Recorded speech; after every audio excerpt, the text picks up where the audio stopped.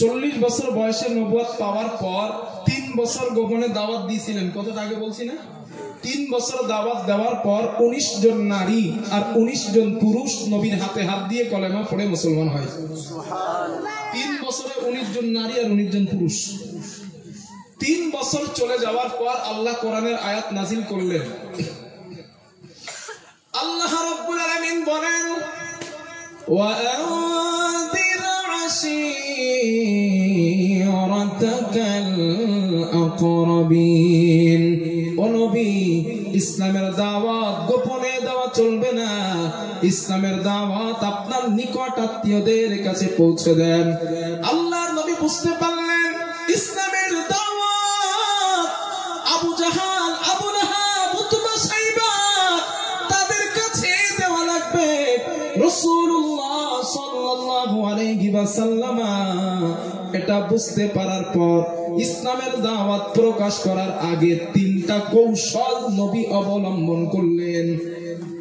কয়টা?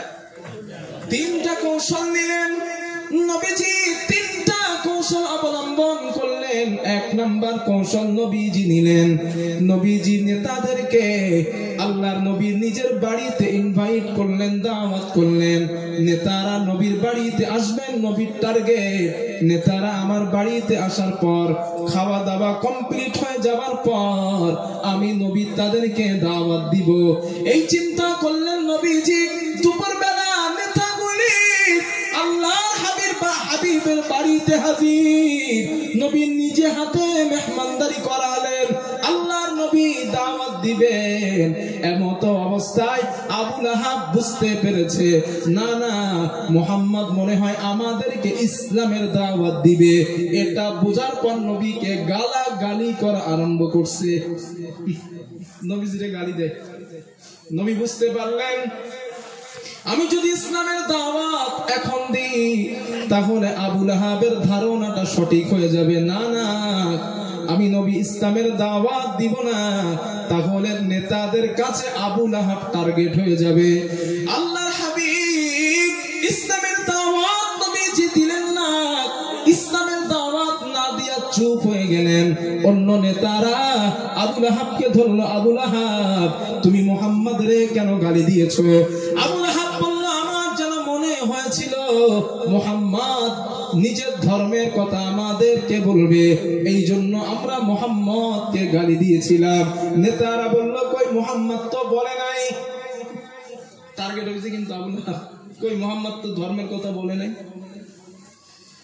কয়েকটা দিন চলে যাওয়ার পর রাহমাতুল্লিল আলামিন আমার নবী 2 নাম্বার কৌশল নবী অবলম্বন করলেন। আল্লাহর নবী বিরাট বড় একটা সেমিনারের ব্যবস্থা করলেন। ওই সেমিনারের মধ্যে 42 জন নেতাকে আল্লাহর নবী দাওয়াত করলেন। ওই নেতারা সেমিনারের মধ্যে হাজির হয়ে যায়।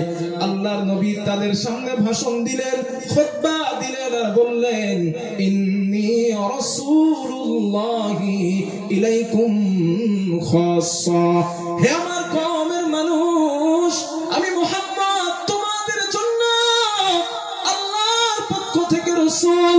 ওয়া ইলান নাসি আম্মা, গোটা পৃথিবীর মানুষের জন্য আল্লাহ আমাকে রাসূল করে প্রেরণ করেছেন।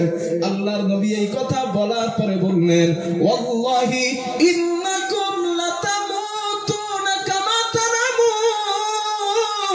রাতের বেলা তোমরা যেমন ঘুমিয়ে যাও, এভাবে একদিন তোমরা মারা যাবা। ওয়ালা তুবআসুন্নাকা মা তাস্তাইকিজুন। সকালবেলা ঘুম থেকে যেমন জাগ্রত হয়ে যাও, এভাবে আল্লাহ তোমাদেরকে একদিন কবর থেকে জিন্দা করবে। আল্লাহ এইভাবে উঠাইবে। এই কথা বলার পর নবীজি বললেন, ওয়ালা তুহাসাবুন্না বিমা আমিলতুম। দুনিয়ার জমিনে যেই ভালো কাজ এবং মন্দ কাজ তোমরা করো, এই ভালো মন্দর প্রতিদান আল্লাহ হাসরের ময়দানে দিবে, তোমাদের জবাব দিতে হবে। আল্লাহর নবী এই কথা বলার পরে বললেন, ওয়াল জান্নাতু আবাদা ওয়ান নারু আবাদা। জান্নাত চিরস্থায়ী জায়গা, জাহান্নাম চিরস্থায়ী জায়গা। আল্লাহর নবী এটা বলার পরে সেমিনারে বসে পড়লেন। আল্লাহর নবী বসলেন, আবু লাহাব রাহমাতুল লিল আলামিন আমার নবীকে গালি দিতে যাবেন। আবু লাহাব নবীর, আবু তালিব নবীর চাচা দাঁড়িয়ে যায়। আবু তালেব দাঁড়িয়ে বলে, ভাতিজা মুহাম্মদ ইনজিলি মা উমিরতা, ও ভাতিজা মুহাম্মদ, তোমার রব তোমাকে যেই ব্যাপারে আদেশ করেছে তুমি তোমার কর্ম পদ্ধতি নিয়ে সামনে এগিয়ে যাও।